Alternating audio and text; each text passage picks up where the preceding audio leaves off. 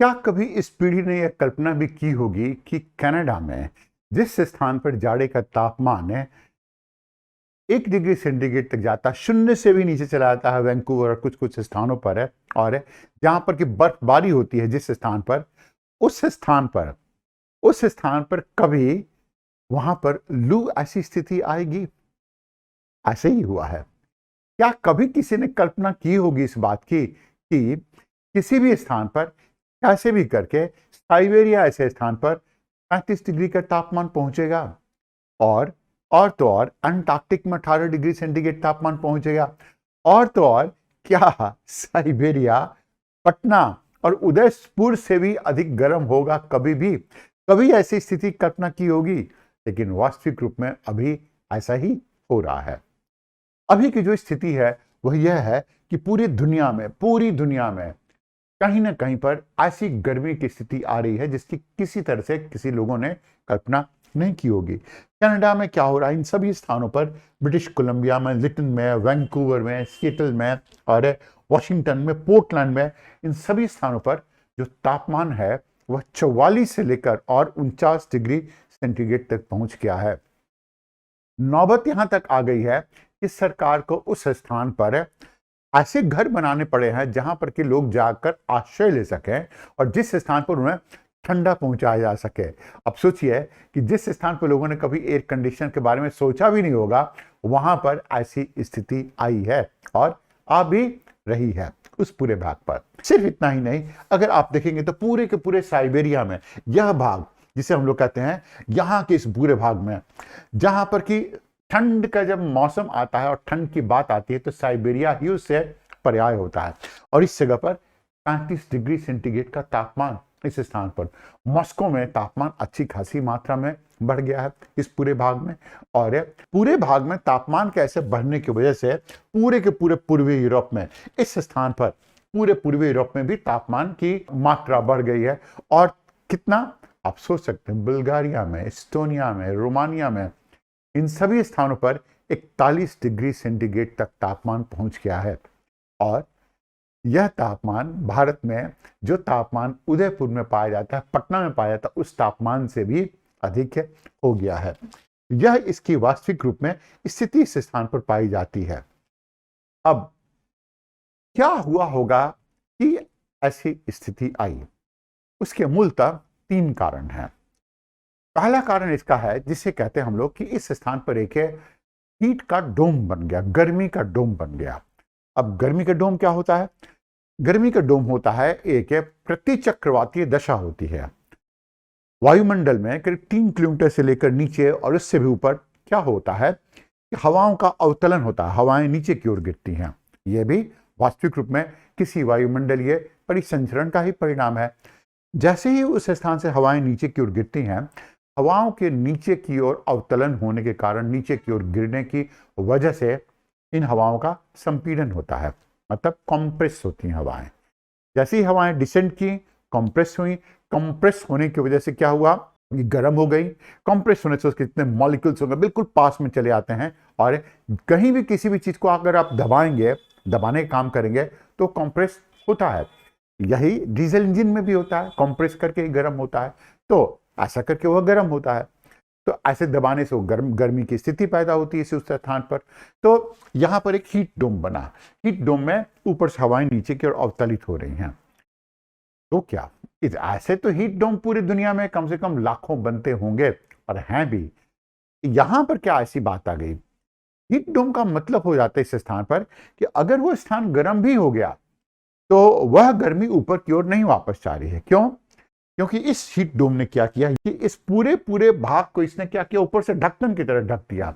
मतलब नीचे की गर्मी ऊपर जा ही नहीं सकती है। सामान्यतः कोई भी स्थान अगर ठंडा होता है तो ठंडा क्यों होता है? ठंडा इसलिए होता है कि नीचे की गर्मी ऊपर की ओर चली गई, वह उसने अपने आप को रेडिएट कर दिया।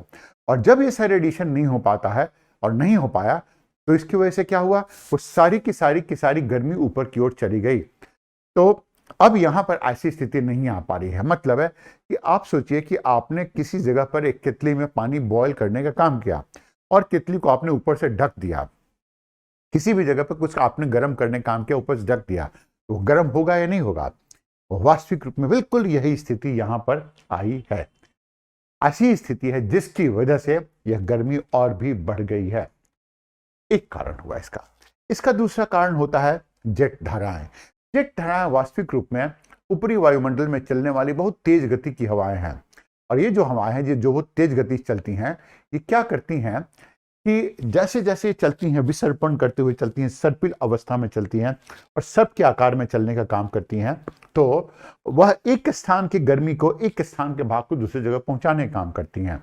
जेट धाराएं ही वास्तविक रूप में सतह के ऊपर में बहुत सारे ऐसे काम करती हैं जो सामान्यतः आसानी से उपलब्ध नहीं हो पाता है। अब हुआ क्या है कि हिंद महासागर में पानी की गर्मी की मात्रा वो बढ़ गई है। अब इससे पश्चिमी हिंद महासागर और पूर्वी हिंद महासागर दोनों के तापमान में अंतर आ गया है। अब जो ये तापमान का अंतर है पश्चिमी और पूर्वी के बीच में, यह अंतर इतना बढ़ गया जिसके चलते ये जो जेट धाराएं हैं, ये जो जेट धाराएं हैं बिल्कुल स्थिर हो गई। और जब ये जेट धाराएं स्थिर हो गई और एक स्थान से दूसरे स्थान पर उन्होंने क्या किया, उस गर्मी को लेकर गए, तो इसी गर्मी के इधर ले जाने की वजह से क्या हुआ, आर्कटिक क्षेत्र में और साइबेरिया के क्षेत्र में तापमान की दशा बहुत ही अधिक बढ़ गई। अब यह ऐसा क्यों हुआ, तो इसके दो संभावित कारण हैं। एक तो कि जेट धाराएं चलते ही रहती हैं, और दूसरा कि मनुष्य ने जाहिर है समुद्र को और पूरे वायुमंडल को गर्म कर दिया है, और गर्म होने की वजह से इन जेट धाराओं में कुछ परिवर्तन भी आने प्रारंभ हो गए हैं। अब जैसे ही साइबेरिया के क्षेत्र में गर्मी बढ़ी, तो इस गर्मी की वजह से क्या हुआ, साइबेरिया के ऊपर की बर्फ पिघल गई। साइबेरिया अस्थायी तुषार क्षेत्र हुआ करता था। और स्थायी तुषार क्षेत्र का अर्थ क्या है? स्थायी तुषार क्षेत्र का अर्थ होता है कि वह भाग पूरी तरह से तुषार के अंतर्गत हुआ करता था। और ऐसा जो स्थायी तुषार क्षेत्र हुआ करता था, इस पूरे भाग में उसके ऊपर बर्फ की परत हट गई, तो वह क्या होगा, पूरी तरह से अनावृत हो गया ऊपर से आने वाली सूर्य की किरणों के प्रति।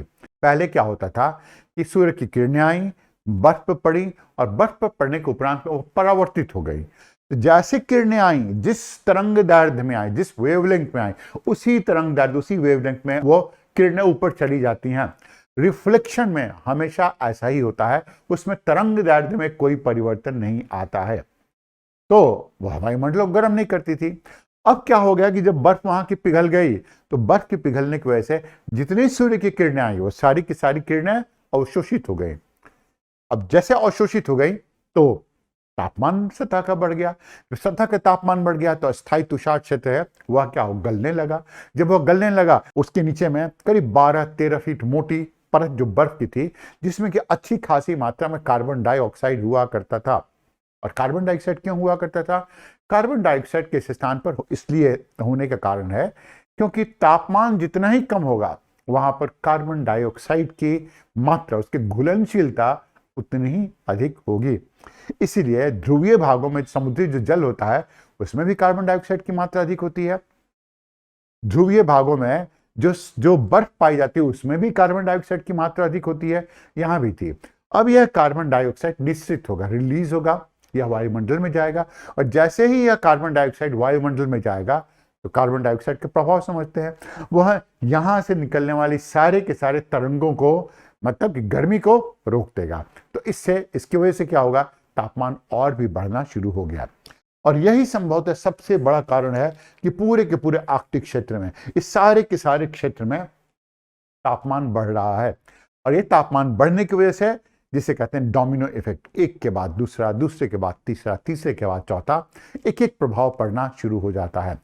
और सबसे बड़ा जो खतरा है वह है कि एक बार इस तरह के फीडबैक मैकेनिज्म शुरू हो जाता है, एक बार इस तरह का चक्र प्रारंभ हो जाता है, तो इसकी वजह से क्या होगा कि इस चक्र के होने से वहां पर गर्मी की मात्रा बढ़ते ही जाएगी, बढ़ते ही जाएगी, बढ़ते ही जाएगी।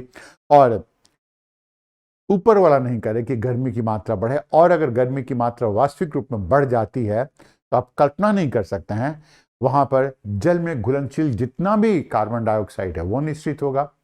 उतना ही नहीं, वहां पर जितने भी बिल्कुल माइक्रो ऑर्गेनिज्म के जो होते हैं, जो खोल होते हैं, ऊपर का अवशेष होते हैं, जो कार्बन डाइऑक्साइड के बने होते हैं, वह भी घुलित हो जाएंगे उस स्थान पर, वह अपना कार्बन डाइऑक्साइड वायुमंडल में देना शुरू करेंगे। आर्कटिक क्षेत्रों में आग लग जाएगी, जो कि लग भी गई है। अब यह नई बात नहीं होगी, लगातार 3 सालों से वहां पर आग लग रही है, और यह आग लग गई है उस स्थान पर और आग लगेगी तो नीचे में जो कार्बन डाइऑक्साइड पीट के रूप में है वो और भी जलना शुरू हो जाएगा। तो यह डोमिनो इफेक्ट एक के बाद दूसरा आना शुरू हो जाएगा और यह खतरे का सूचक हो जाता है।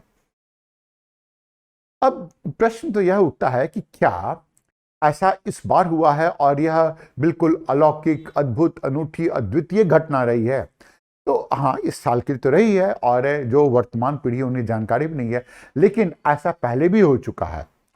कनाडा में ऐसा 84 साल पहले हुआ है, उत्तरी अमेरिका में ऐसा 101 साल 106 साल पहले हुआ है, साइबेरिया में भी ऐसा करीब 60 सालों के बाद भी हुआ है। मतलब उस समय इतने दिन पहले 1901 में तो ऐसी घटना नहीं थी ना, जिसे हम लोग कहते हैं कि भूमंडलीय तापमान या तापमान बढ़ा, उस समय तो घटना नहीं थी।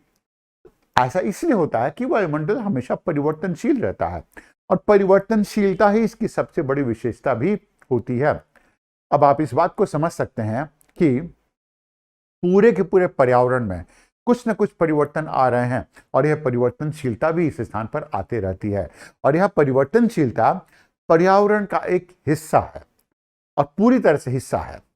इसीलिए तो हम लोग कहते हैं कि the only constant in nature is change. आप कुछ कीजिए या नहीं कीजिए, ये बदलाव आते ही रहेंगे। आप कार्बन डाइऑक्साइड फेंकिए या नहीं फेंकिए, तब भी बदलाव आएंगे। आपने कुछ भी नहीं किया है, एक ज्वालामुखी का विस्फोट हुआ, वो इतनी अधिक मात्रा में कार्बन डाइऑक्साइड डाल देगा कि आपने 500 सालों में भी नहीं डाला होगा। सब कुछ बराबर। प्रकृति ऐसी ही होती है। इसीलिए प्रकृति में कहा जाता है कि there is the only constant in nature is change, और यह चेंज ही इसकी खूबसूरती होती है। To have more such discussions and analysis, subscribe to our channel and hit the bell icon for notifications on our upcoming videos.